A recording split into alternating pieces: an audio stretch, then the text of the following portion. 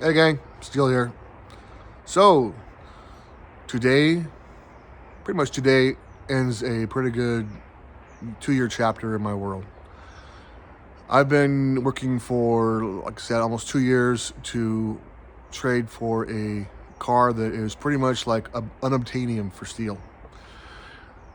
Saving up the kind of money I needed to do it just wasn't gonna be able to happen, and I've always wanted one. So anyway, I customer of mine, mostly a friend, also Bill, in his warehouse, back of his warehouse, I was dropping a car off, and there was this '67 Corvette, covered in dust, boxes on it, like it didn't matter, And I'm like, hey, you want to sell that vet? And he goes, sure, I'll sell it.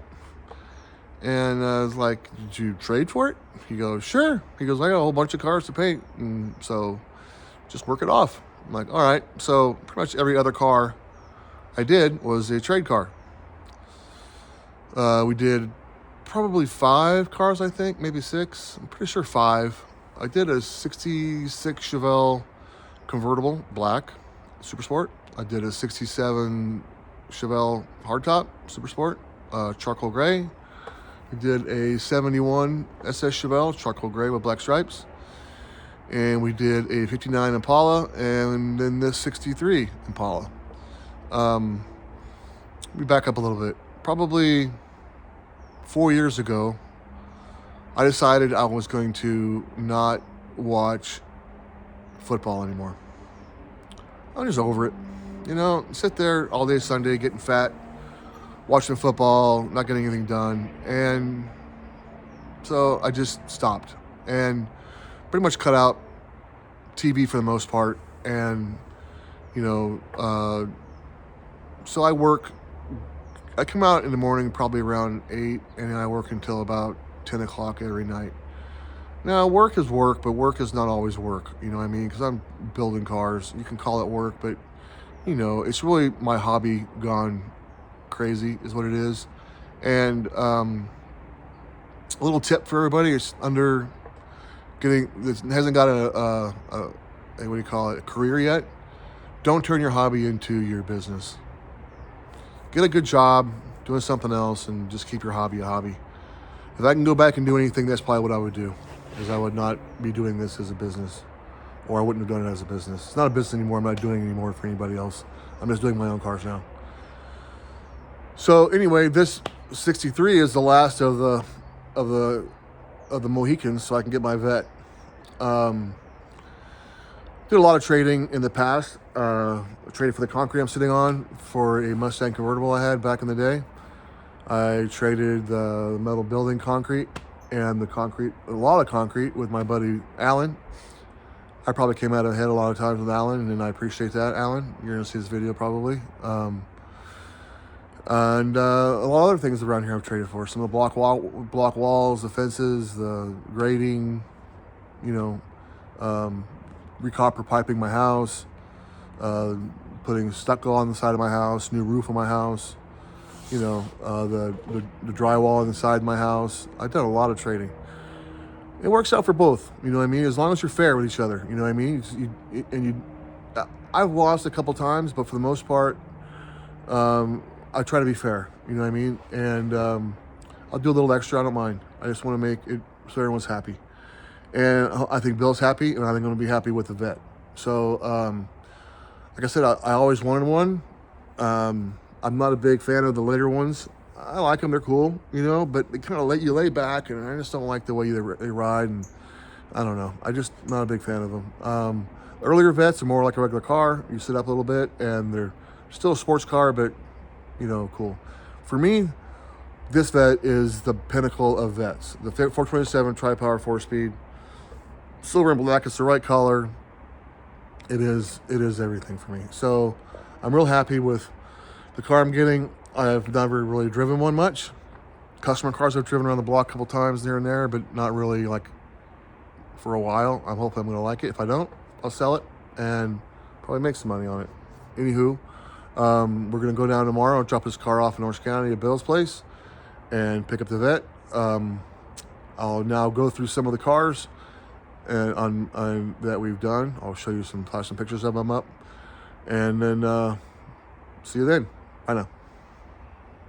All right, so this is Bill's 63 Super Sport Impala convertible. It started out as a pile of parts for the most part. The firewall or cowl section was separate from the back section. The floors are gone. The doors are rusted out pretty bad. The quarters are rusted out. It was just a POS. So I, rebuilt it completely and put it all back together. We went to the next level with it, kind of. We smoothed the firewall out. His guy did the engine and chassis. I just did all the body and paint work. They're going to take the car now and assemble it. The hood will put on tomorrow morning as soon as we get it polished. It was a little behind everything else. So it polished up pretty nice, I think. It's Russo red. This is the second car, Russo red. We did a 59 Impala, same color. He's got a habit of painting the cars the same color, same three colors. Russo red, BMW graphite gray, and black. That's all I've ever done. I've done probably, 14 cars now, 13 cars. That's going out pretty nice. Like I said, tomorrow we're going to take this thing down and drop it off. And we'll pick up the vet. So, till then, bye now.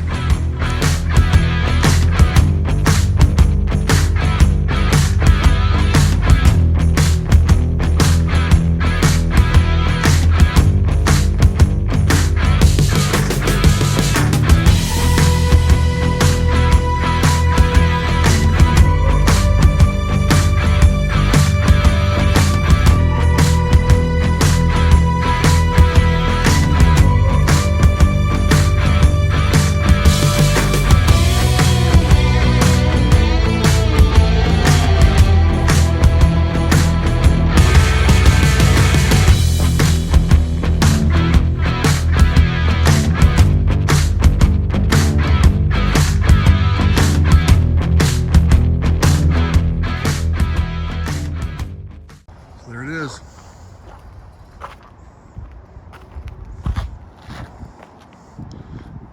I think it's perfect. It's got some little dings here and there, no big deal. I don't care, I'm gonna be driving it.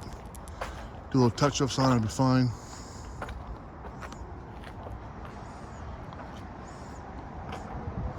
A little washing, gotta buy a battery for it. Put some clean fuel in it. Good to go.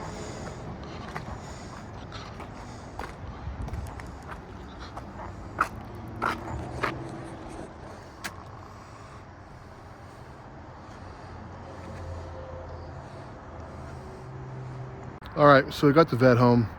I figured there's gonna be some problems with it. It's been sitting for 4 or 5 years. So first thing we did was, the first thing I tried to do was start it, of course, try to turn over, put a battery in it. And of course there was nothing there. So I jacked it up, had to get underneath it and break the cylinder loose.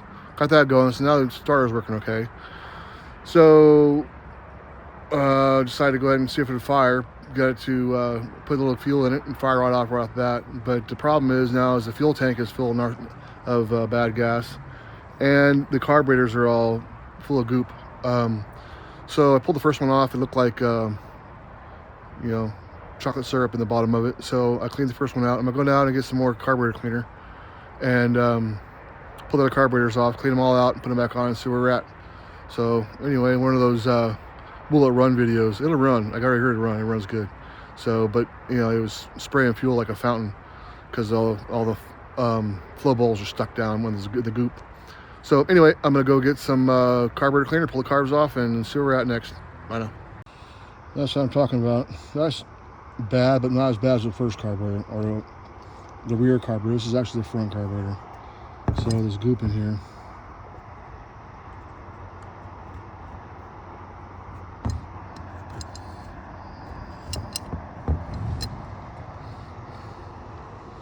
It's making the flow stick down. Anyway, let me get it all cleaned out. So we got the handy dandy Harbor Freight electric pump.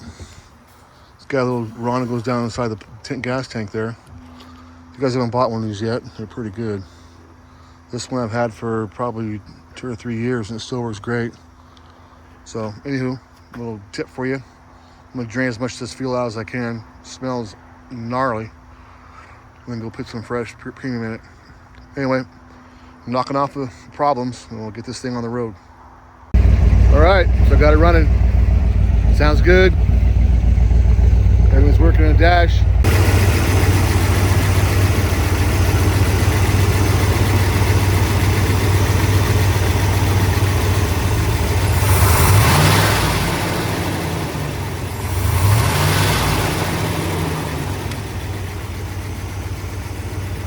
a happy camper. All right, so it's got dark on me out here. I work around in the shop. I got so many cars and I can't move around. So anyway, tomorrow I'll get it in. But for now, it runs and drives, and the headlights don't come up. You gotta figure out what's up with that. Probably a vacuum leak. So, all right. So a success. All right. So good night. I'm gonna put this thing away for tonight.